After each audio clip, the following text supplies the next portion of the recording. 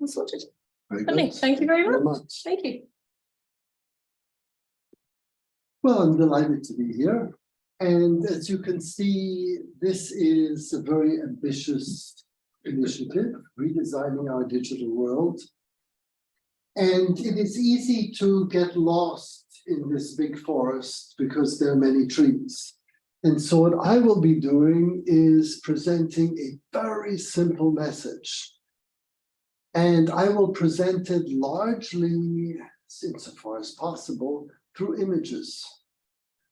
In order to convey a lot more information than a short seminar could, and at the same time provide the affective side, the motivation that underlies this, the emotional impact that digital governance should have for us, but often doesn't because it's considered a very dry subject. This initiative I am conducting together with Paul Twomey, who is a previous CEO of ICANN, the Internet Governance Organization.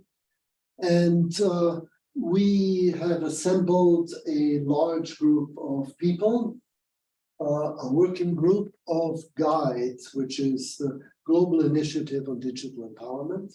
These are experts from all over the globe on all aspects of internet governance who have advised us on this idea, which I'm just going to present in the simplest possible way. If you want to read the underlying paper, it's on the website.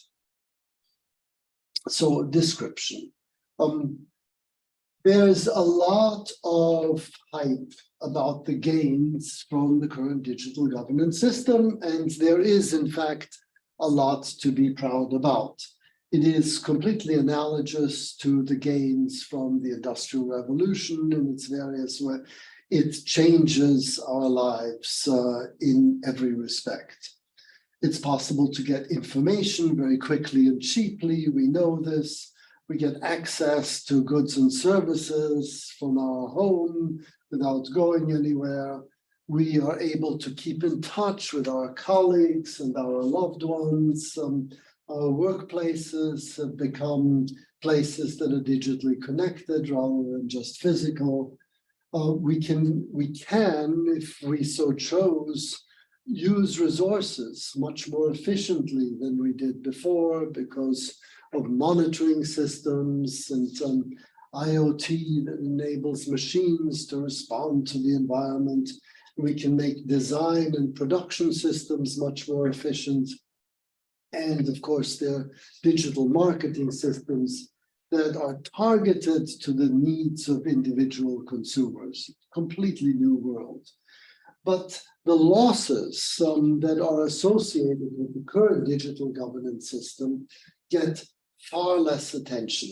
And this is the bit that I wish to concentrate on for a very simple reason. The reason is that the losses are not connected with the big gains that this technological revolution has enabled us.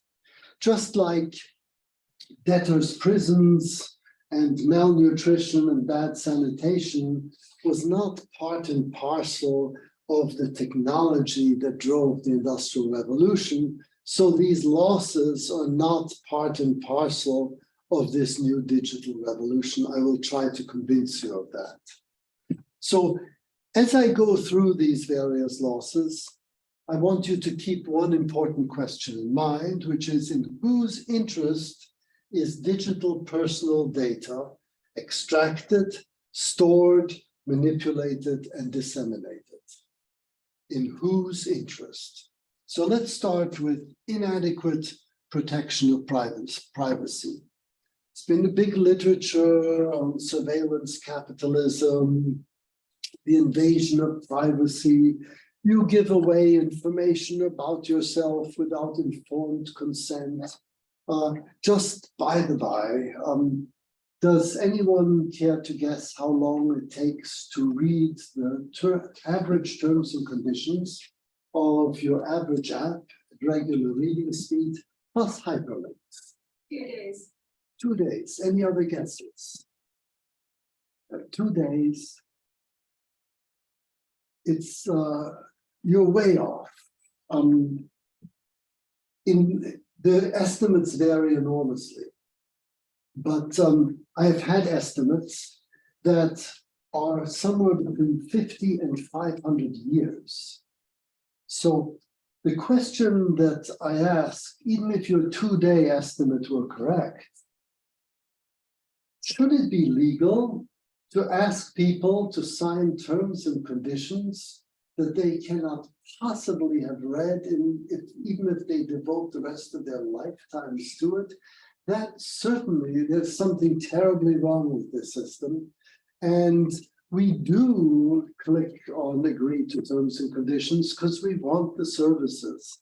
And therein lies the rub, that we need the services and therefore we agree to things that we are not informed about. And that gives, that is the basis of the invasion of privacy, where you give away all sorts of information about yourself and you don't know that you're doing it because you've clicked on terms and conditions and agreed to many other things without informed consent. Then there's inadequate protection against crime. There's cyber terrorism, industrial espionage, cybercrime, billions and billions of dollars, euros are lost every year on this account. People often don't want to report on it because businesses obviously are reticent that their systems are hacked. But once again, keep in mind the question that I've asked: why is it that our systems give inadequate protection against crime? Why is it that there is inadequate protection of privacy? If we chose the rules whereby this would happen, there would not be this inadequate protection of privacy. These rules are things that we can accept, or if we reject them, then we have no access to the digital services we want. Therein lies the problem. So keep the underlying question in mind. Then there's misinformation and post-truth. First of all, data authenticity. Each of you has dozens and dozens of avatars that represent your digital identity. Facebook has one of you, Google has another, any of the big network providers puts together the information they gather on you and then creates a digital identity of you. These need not resemble you. You don't know what these digital identities are. And they're out there, and on that basis, you get information delivered to your screen. So there's multiple yous out there, and therefore the data, there's no guarantee that the data is authentic. It's not like your passport where the trouble has been taken to make sure that your name matches the picture in your passport, which matches a number. No analogous trouble has been taken with regards to the avatars that represent your digital identity. And that is one source of digital misinformation on which many other sources of misinformation can be built. And it also leads to a desensitization, a eroded appreciation of what truth means. If you come to a hotel in Germany and many other European countries, they insist on your passport. And I've tried this. I've said, I remember my name. I even remember my passport number. And they say, no. The law says we have to see your passport. That is authentication from an official source. There is nothing of that sort in this domain. And because there isn't we take digital misinformation much more lightly. And because this is such a free space in which digital misinformation is taken lightly, there is a certain loss of reality that accompanies the digital world, very serious for our psychology. And of course, it undermines democracy. The digital information of people is used not only for advertising purposes, it's also used for political purposes. Anyone who wishes to buy this information can do so within a very broad range of parameters, which would shock most digital users. And the Cambridge Analytica scandal is just one manifestation of many, many more. Here you can see technology that has disrupted election integrity from 2018 to 2020, where at least 88% of the selected countries that held elections or referendums have been disrupted according to this estimate. Here's another estimate of elections that have been disrupted. This is elections that Russia has disrupted. And so this is a serious issue, the undermining of our democratic processes. Another is psychological damage, much closer to home and to be taken very seriously, digital addiction.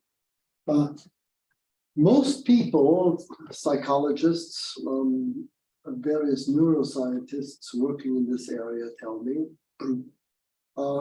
over 90% of those who have a smartphone exhibit the standard symptoms of addiction. You need to look at it. You feel uneasy when you put it away. If it's taken away or you lose your smartphone, you have withdrawal symptoms. This is not by accident. They're designed in a way to be addictive. And that leads to terrible things. In this country, we know a girl who eventually committed suicide. She started out by being worried about her weight, and she got onto a website to commiserate with others. That led her to self-harm and eventually to assisted suicide. These are very serious issues. There's hate speech. There is attention capture. Adolescents who self-harm themselves, who have big anxiety attacks because they have far fewer followers or likes than their friends. They don't choose to be in this competitive relationship with their friendship groups. It's imposed on them because through the digital networks that come prefabricated to them, they have no choice but to be in this competitive relationship. If they had chosen themselves, a very different social network would have appeared. And in addition, of course, digital networks seek to attract our attention, because the more attention we give them, the more personal information we reveal about ourselves, and the more revenue can be achieved through advertising and political influence. Now, the capture of attention interrupts our daily tasks. That leads to difficulties to concentrate on things for long periods of time and loss of productivity. And the distractions themselves lead to attempts at multitasking. Now, brains cannot multitask. What they do is they switch between tasks, and that requires effort and it expends energy. And this is very costly, and that cost comes at the detriment of other things we wish to do. And so, in addition, if we are in a continuous state of multitasking, and this cost is being imposed on us over long periods of time, that multitasking is always supported by adrenaline and cortisol. And in the long run, this can lead to depression and anxiety, and it can lead to mental health problems because it damages the neural pathways that enable us to function properly. Related to all this are harmful relationships. There are two really important ways to attract attention. One is through the salience of threats.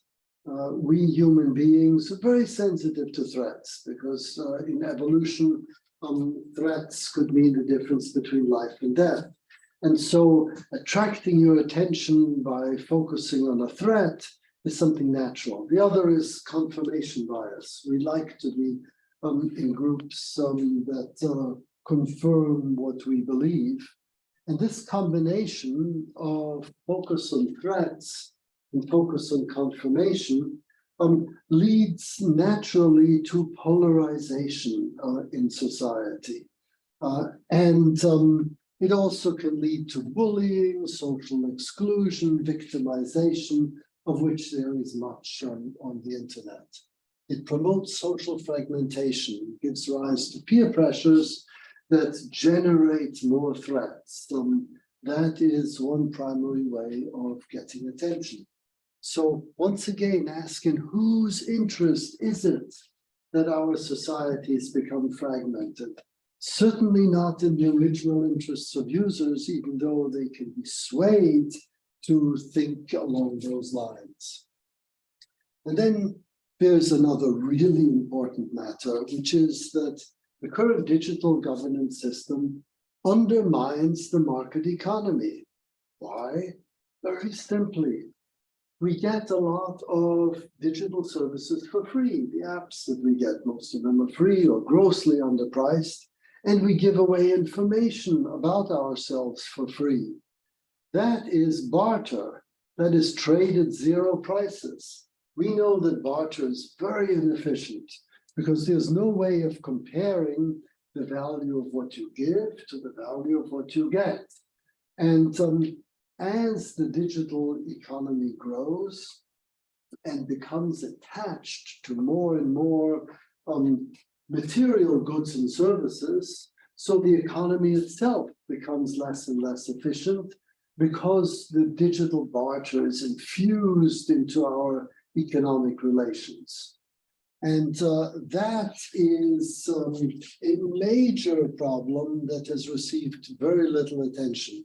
All those who say that the internet should be free and we should allow, and this is like free enterprise, they're wrong, because free enterprise means that you are able through voluntary exchange to exchange goods for money and other goods in a way that is informed and in a way in which you can assess the value of what is being exchanged.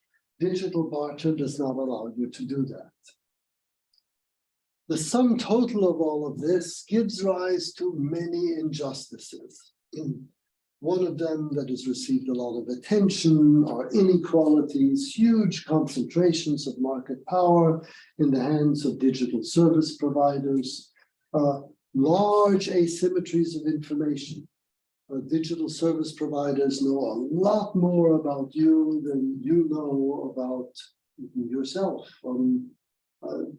There have been articles in Nature and elsewhere that if you have more than 100 followers on Facebook, the chances are that the machine can predict better what your choices are than your spouse or close next of kin. That's scary.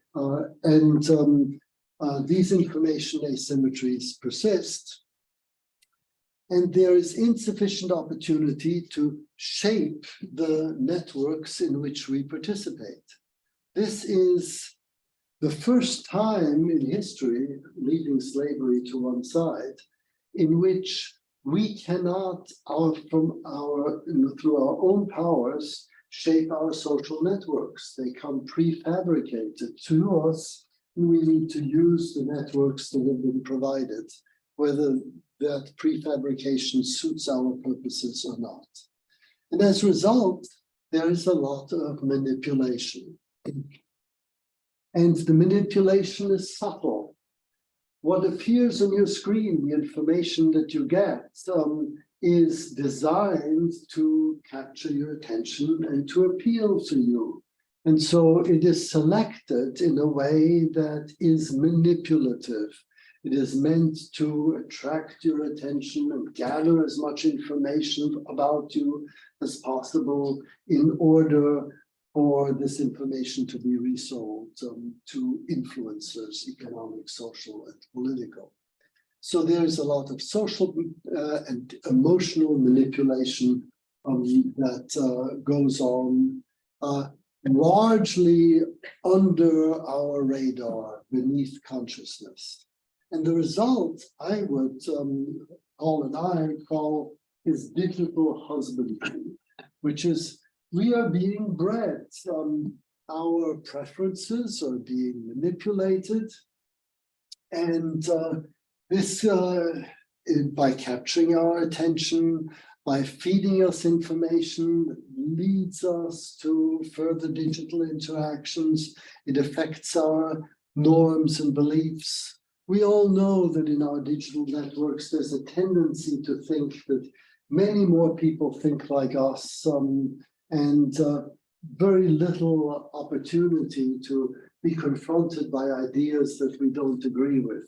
It's not by accident. And people's values and identities are shaped by the digital service providers who use this information for their own private gain. They can't be blamed for doing what businesses do, but the governance system is wrong to allow them to have that opportunity. The channels of influence I have already named: attention capture, persuasion to purchase certain goods, to vote for certain people who have purchased the information about you, and the promotion of network growth. You're encouraged to do things that will bring other people into the network, because the larger the size of the network, the more useful the network is to you. And social identity formation occurs because it affects your beliefs. So this is a form of digital serfdom. Like serfs, digital users get something of value, and in return, they give something of value. Serfs got something of value, food, lodging, and they provided work that was of value. There's no way of comparing the two values because it was barter. Here, there's also no way of comparing the values. And this system is unfair and inefficient. And the interests of the funders, those who purchase the information about you and use it for advertising, political and social purposes, are not well matched to the interests of the users. That is the critical problem. And so this system is not designed to promote people's basic needs and purposes. So what is the underlying disease? And let me run through it very quickly, again, through a number of images. This is how conventional economic markets should work. And this is above ground. There's going to be something below ground, which will be, but above ground, you have products moving in one direction, payment for these products going in the other direction. Both are visible, and that is that.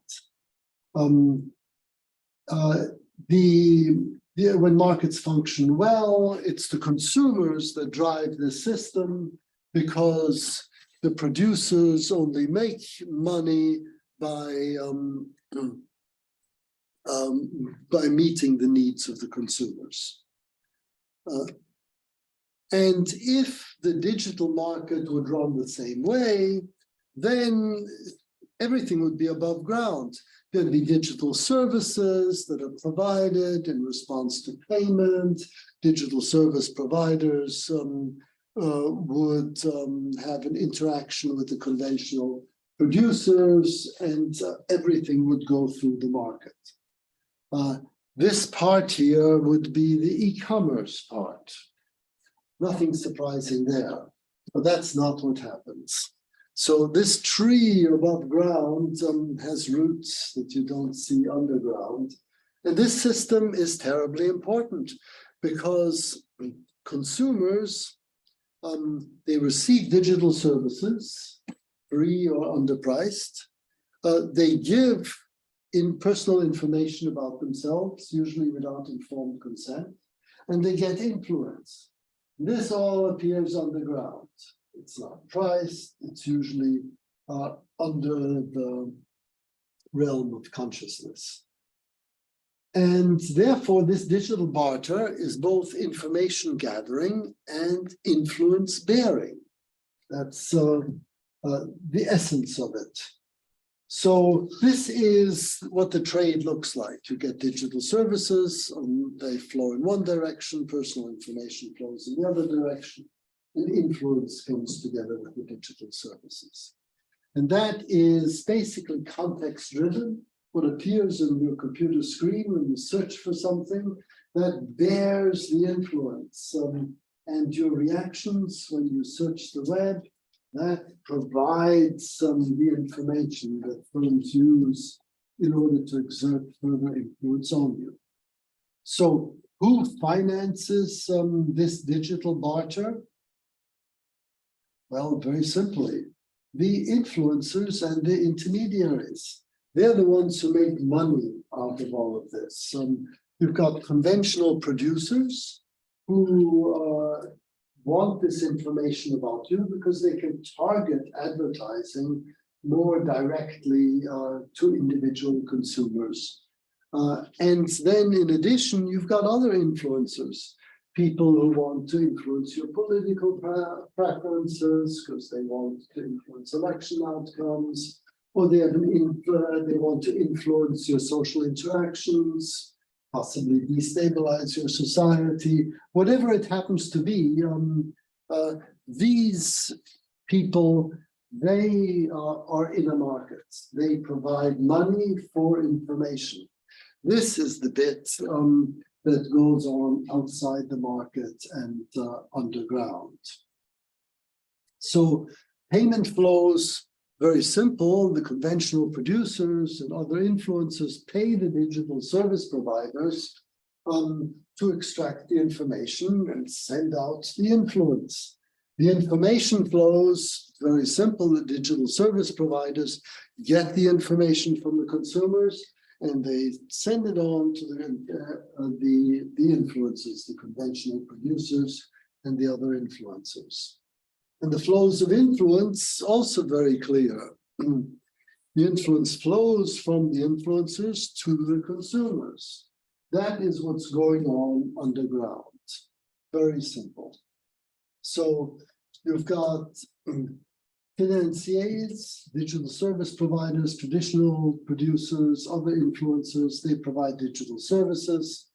Their personal information enables the economic influencers to target advertising and get additional income through that. And then there's additional income through behavioral change, that is to influence your preferences. So this is the entire system above ground and underground. There's something going on above ground, and then there's something going on underground.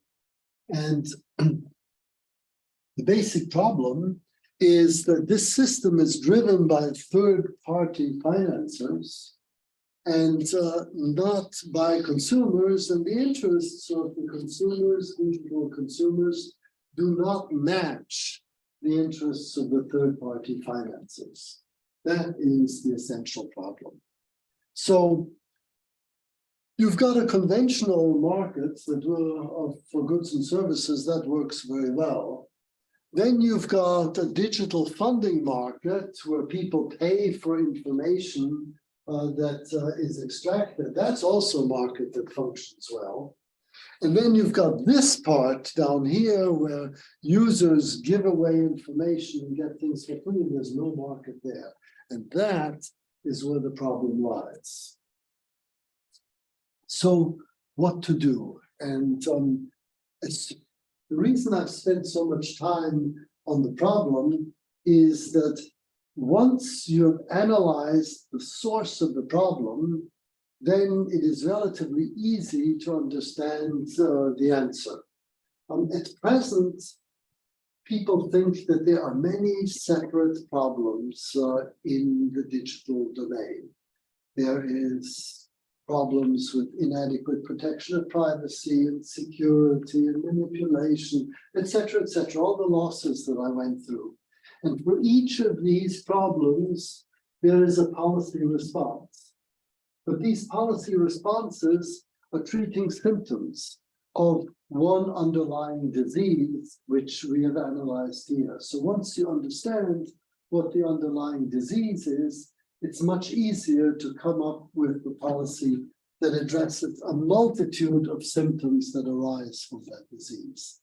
So instead of treating the symptoms in isolation through competition laws, privacy policy, injunctions against hate speech, consumer protection, business practice laws, etc., focus on where the underlying problem lies. Because if you go down this route, there'll be more and more policies, with businesses trying to evade the impact of these policies. So it's like playing whack-a-mole. You whack something down and another problem appears somewhere else. So policymakers engage in a never-ending battle against systematically inappropriate incentives because of this mismatch between the interests of the funders and the interests of the digital consumers. What is the pathway to a promising future? Well, that should be obvious now. It is put users in control of their personal data, both individually and collectively. And once it is the absence of control that is the problem. It's like with serfdom. People do not have the right to sell their labor services, give them the right, and you invent labor markets, and people can then train to get jobs that have higher wages. Whole new set of opportunities arose with the invention of labor markets. Here, something analogous. Give users control over the data about themselves individually and personally, and all of a sudden you're in a different world. They can shape their own environments, both individually and collectively. Now, in order to do this, it is useful to classify digital data in a new way. And as soon as I've classified it, you'll be able to infer what the policies are. The first is OData, official data.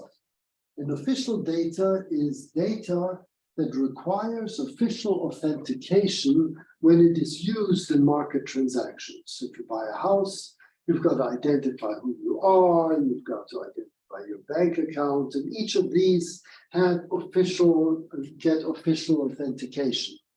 Your social security number, your telephone number, are all things that require official authentication in market transactions. That's OData. Then there's P-data, that's privy data, data that is privy to you in the old English sense. And part of that is self-generated. You write a blog or you post a selfie on the internet. That is first-party P-data because you generated it. And then there's second-party P-data, that is externally generated data, and that is your psychological profile on Facebook, that Facebook has accumulated on you. That is inferred data, and that is second-party P-data. And then there's C data, data commons.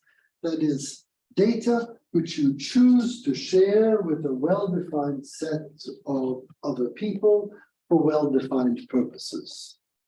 Now, if you think in terms of these categories, O data, P data, and C data, it's clear what policies you need in order to put the system right. One is data authenticity must be guaranteed. So O data must receive official authentication from a generally trusted source whenever it is used. So when you claim to be your name, then that requires official authentication to prove that it is your name. It's just like going to a German hotel with your passport. You need to show your passport. You need to do the digital equivalent of that. You might say, well, that's very cumbersome. Not cumbersome at all. You could use the same system as the credit card system, and that works virtually instantaneously. So it is possible for you to achieve a unique digital identity through official authentication. And that means that the problem of inauthentic data could be overcome. Then the second is, and you should obviously have control over your own data, your official data. You should be the one who gives permission to use it for particular purposes. You should have control over your self-generated P data, your privy data. You should be the one who decides whether you give it away or whether you sell it on the terms that you or your representatives choose. And with regard, and the data subject should be the only legal source of this self-generated P data. And that helps overcome problems of invasion of privacy, cybercrime, and digital misinformation. Furthermore, you should have control over the inferred data about you, the externally generated P data. Externally generated P data should be used only in the interests of the data subjects. Now that sounds obvious. A doctor cannot sell your health information to a pharmaceutical firm in the offline world. In the online world, that can happen. And if it happens in the offline world, then there's a legal problem that needs to be addressed. Similarly, this should happen here, and that would help overcome problems of addiction and exclusion.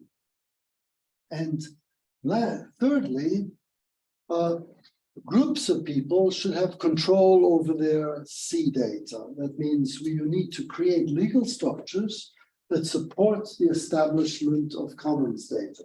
If I could just go back for one moment to the inferred data, that inferred data about you should be governed by the same laws as govern doctor-patient relationships or lawyer-client relationships. Not done online, but it could very easily, this legislation could be transferred from the offline world onto the online world, and users would be much better for it.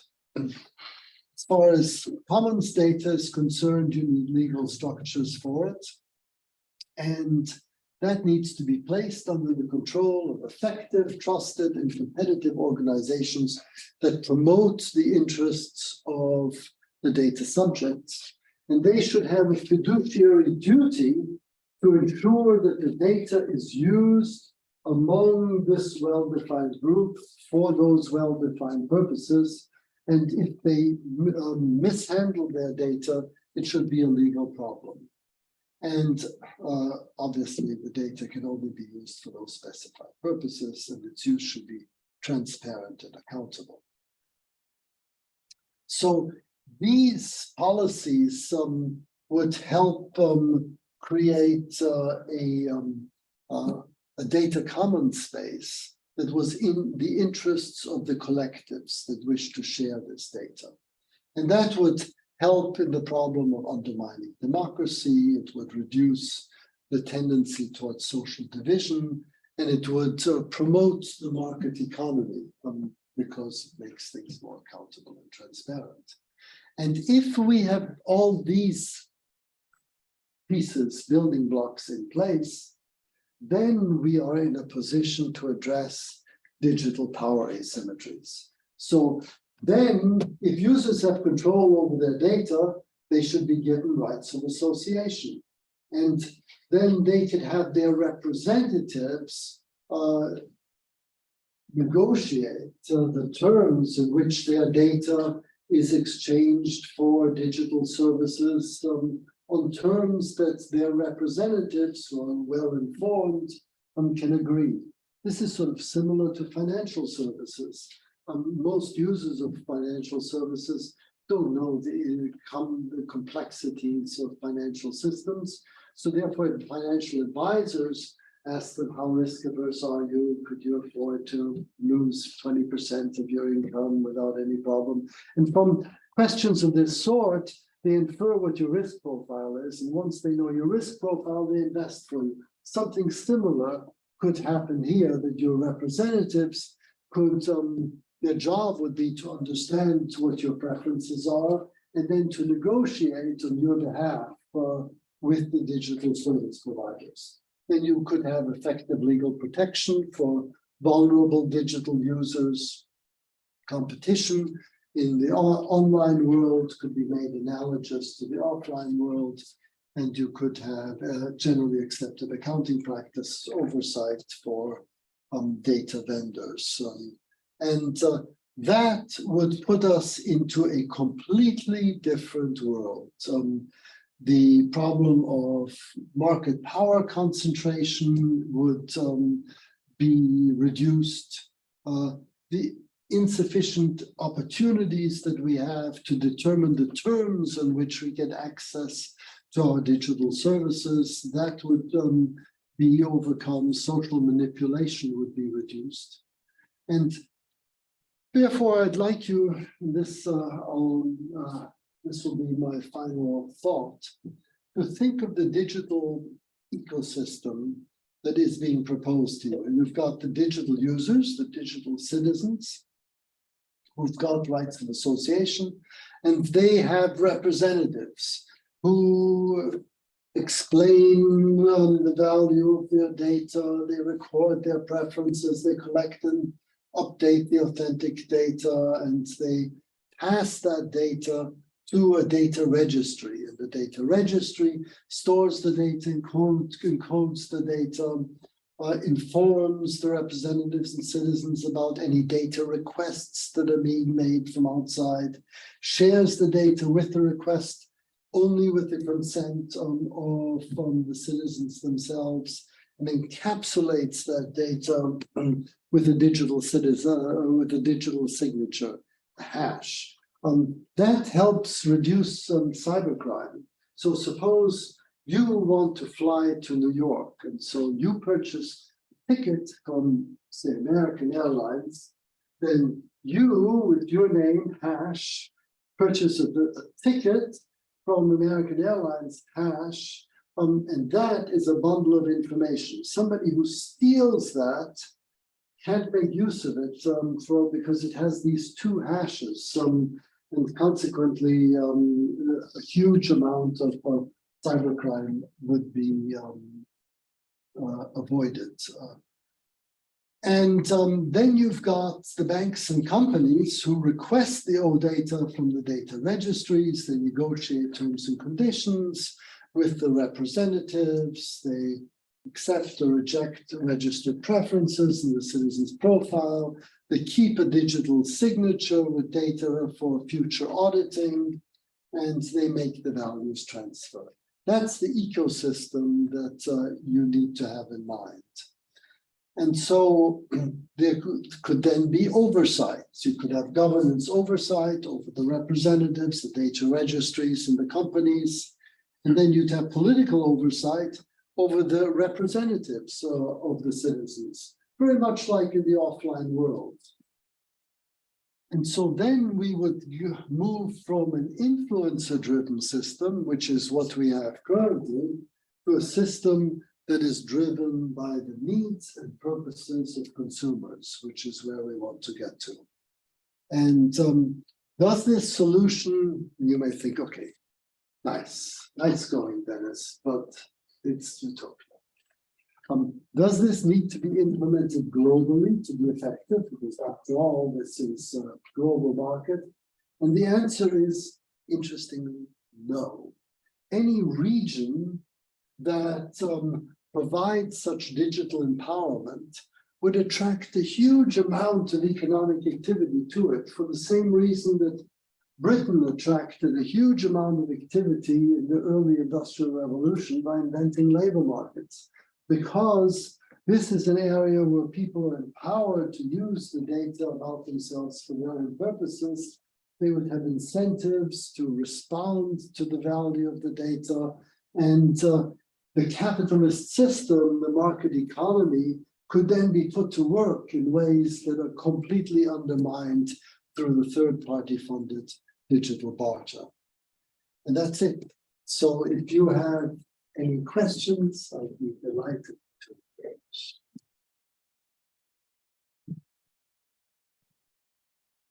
Yes. Hi, yeah, my name's Savannah. I'm a postdoc at INET. I just wanted to ask, a lot of these companies claim that by sharing your data, they will improve the quality of service to you. And so they say that actually you derive value from it, in the sense that if they get to know that you're studying Spanish, they'll advertise Spanish language courses, or if you're interested in particular recipes, the algorithm then gets very good at knowing it can share similar kind of food content to you. And you see this every day in your digital experience, right? If you like cats, then suddenly it adjusts and shows you all sorts of animal shelter ads, etc. And I actually do agree with you. I'm on your side, but what would you say where someone really says, well, the value could also be conferred back to the user? And, then is it fair to increase transaction costs with this sort of, each time you need to do this? So I am completely with you. Yeah. There is great value in getting information about you, and then providing you with offerings that are in your interests. But the nature of the interactions and the terms in which these interactions take place should be governed by you, the user, and not the digital service provider. At present, you can the big digital service providers extract 450 pieces of information about you in real time, sell it on to others, use it for purposes that you do not know. Some of these purposes are truly beneficial, but others undermine democracy, manipulate, cause psychological damage, and so on and so forth. If this system were driven by you, you could get all the benefits. You'd be happy to give away information about yourself in order to get information that is relevant to you. You look for something about cats, and then you get lots of information about cats in return. That's a valuable service for which you would be happy to provide information. But let you or your representatives be the judges of the terms in which you do this. At present, you have a very stark choice, which is you either give away all this information largely without your informed consent, or you no longer have access to the digital services, become basically excluded from your social, economic, and political world. That is an unfair choice. It's a bit like telling a slave, well, you can escape if you like, and if you cross into another state, you'll be free, but you've got to leave everything behind you, your family, anything that you possess. That's an unfair choice. And so we're certainly not denying the huge gains that the digital revolution makes, but we want these gains to be mobilized by the people who are meant to receive them. Yes. I'm Kerstin. I'm a postdoc also at the INET and at the Alan Turing Institute. And I would be interested in your opinion about ongoing policy initiatives, like, for example, the European initiative or the plan for establishing data spaces, which would, in my interpretation, somehow connected to the idea of data commons.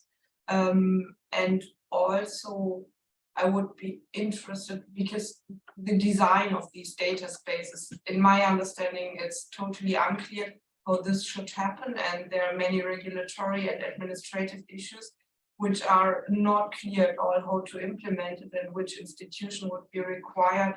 And also having the institutional capacity of managing data at a large scale. And then there would be also additional requirements such as data sharing obligations, which we already have to some extent.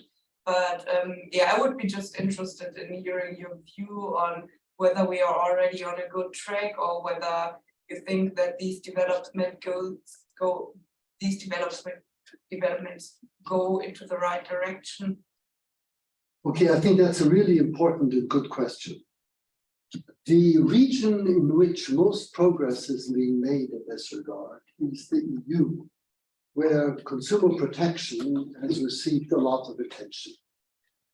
And GDPR, the Data Services Act, the Data Markets Act are huge steps in the right direction.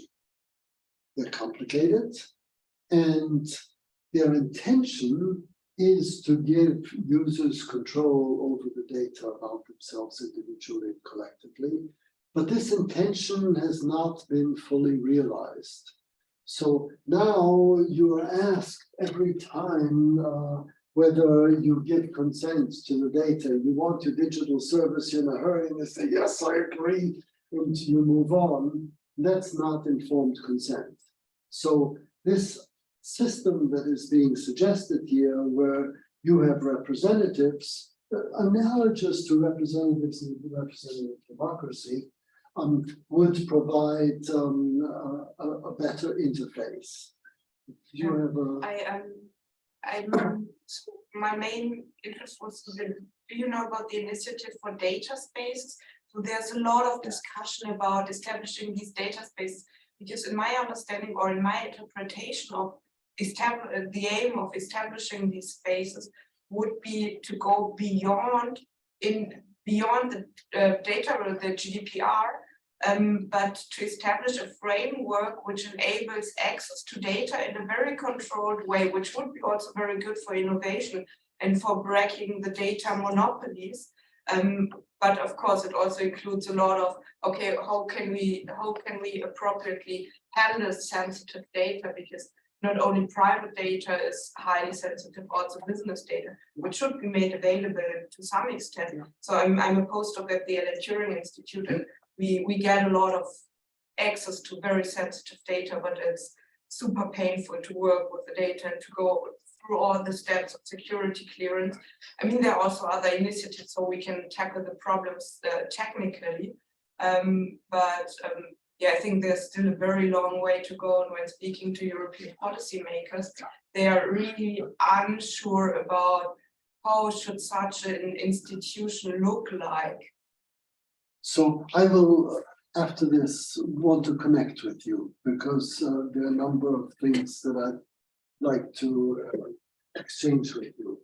But there has been a lot of work on data commons. And it's still in its infancy. And the general response that I would give to this type of question is, let us learn online from the offline world. So when we choose to share information in the offline world with one another, there are various rules, formal and informal, that we do. Our groups that we form in the offline world are highly heterogeneous. We've got friends and family, we've got religious groups, we've got sports affiliation, we've got groups that do concerned with our financial issues, health issues, and so on.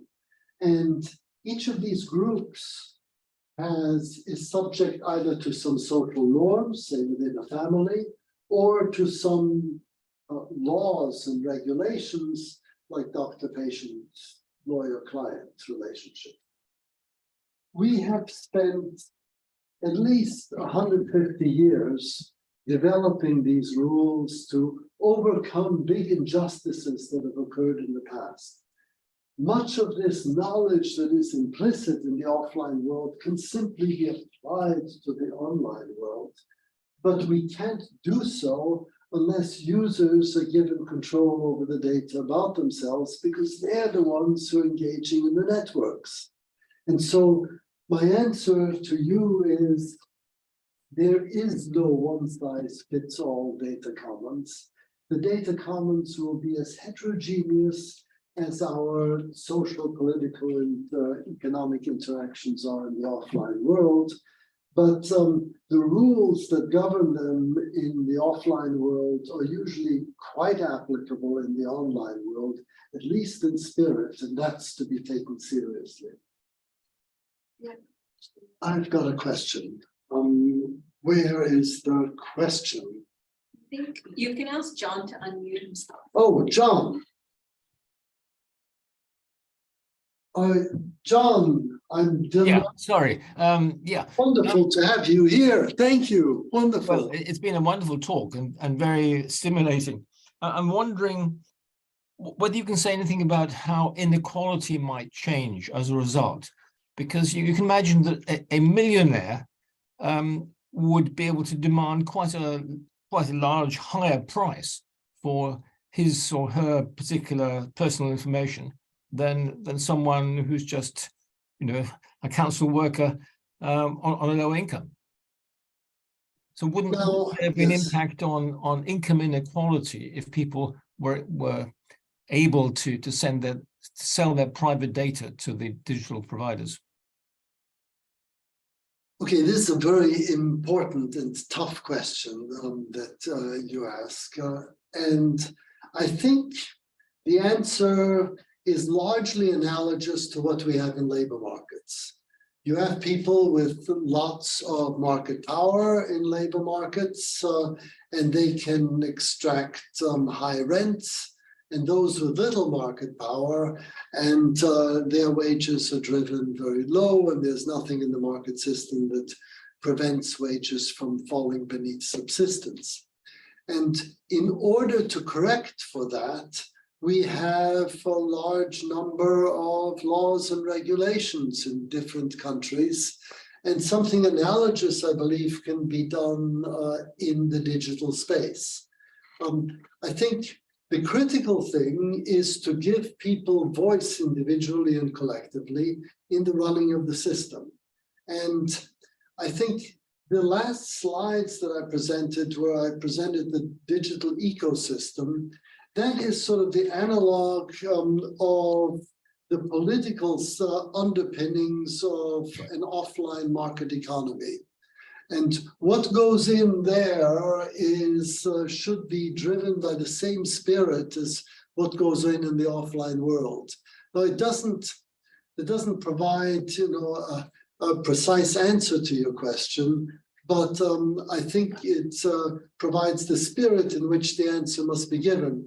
And the result is, of course, in the offline world, we have huge inequalities that occasionally in history we have tried to correct in various ways, through the tax transfer system, through competition busting, monopoly busting policy, and so on and so forth. And I'd imagine something similar would happen here. Does that provide is that something you'd consider an answer? Yeah, I mean, you're saying that something similar to trade unions and the tax and transfer system could cope with the resulting shift in inequality. Yes, is the answer. Because, and I think the analogy with trade unions is useful although you could just as easily have consumer protection agencies and so on, that you need representatives that represent vulnerable groups, that receive preferential treatment because we want an inclusive society. And trade unions grew out of that idea, and something similar is clearly necessary here, to my mind. Thank you. Good, thank you. Go ahead. I have one last. Yes, please. Well, I mean, is it possible to give people an option to pay if they want to, and for those who don't, they agree to this whatever data sharing, and then complement that with disclosing how much ad revenue is made from someone's data? And I just say that because to me, it's not clear that for everyone, payment would be welfare enhancing. Maybe some consumers may be okay with the barter, provided they have the information. Absolutely. Right, I okay, mean, in the offline world, if you choose to make a present to him, yeah, nobody will prevent you from doing so. But if you choose to sell that thing to him, that's fine too. Facebook is Facebook paying £8 a month from you. But you determine the terms in which this exchange takes place. Right. So of course you can give away information. You have medical data, you'd like to give it to a research organization. That's certainly okay. And furthermore, in the interests of society as a whole, it is often necessary to constrain the choices that you have. Certain things are not in the national interest, certain things are necessary for public health. We have this in the offline world, and it should be applied in the online world as well. Good, wonderful. Well, since there are no questions outside or inside, thank you very much. Really appreciated the exchange. Thanks. thank you so much. Make £8 on us. Yeah, it is in the federal filing. My wishes. Okay, thank you. I've got the bigger than at the time. Very useless. And if you ever,